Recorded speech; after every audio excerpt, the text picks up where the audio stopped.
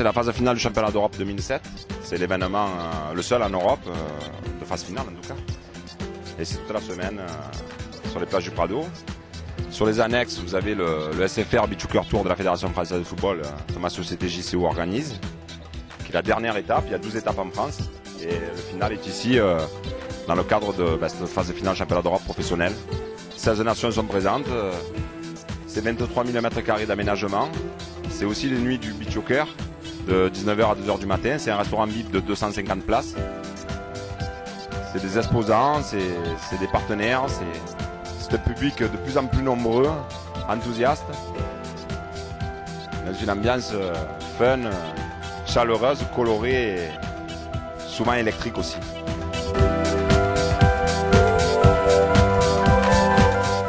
En configuration optimale, c'est 150 personnes. Et en amont, un mois avant l'événement, c'est 20 personnes. Et autrement, à l'année, c'est une dizaine de personnes.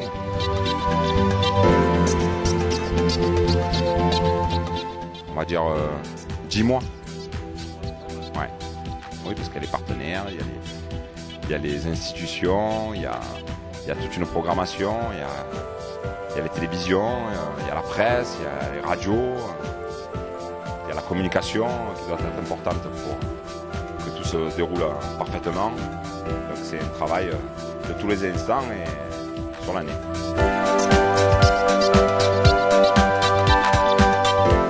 Ouais, là sur le central il y a 500 tonnes, sur les annexes il y a 300 et 300, donc ça fait 1100 tonnes en tout de sable.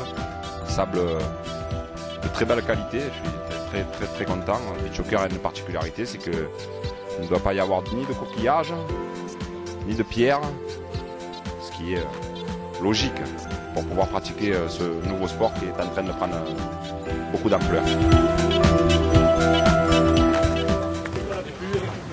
Joe, dis qu'il les récupère. Vous prenez 3 ballons aussi. Et aussi les récupérer. C'est ce que j'ai dit. Le minimum de l'orchestre, absolument pas, sans adversaire, à 5 mètres. Ouais. Au ciel, et sans que. Voilà, comme ça. Parfait. Bien. Bien proprement. Voilà. Bien. Voilà, bien. Mets ça, Chichi. Poitrine, 5 kg. Bien. Ah, Richard. Regarde. Tu l'as dit?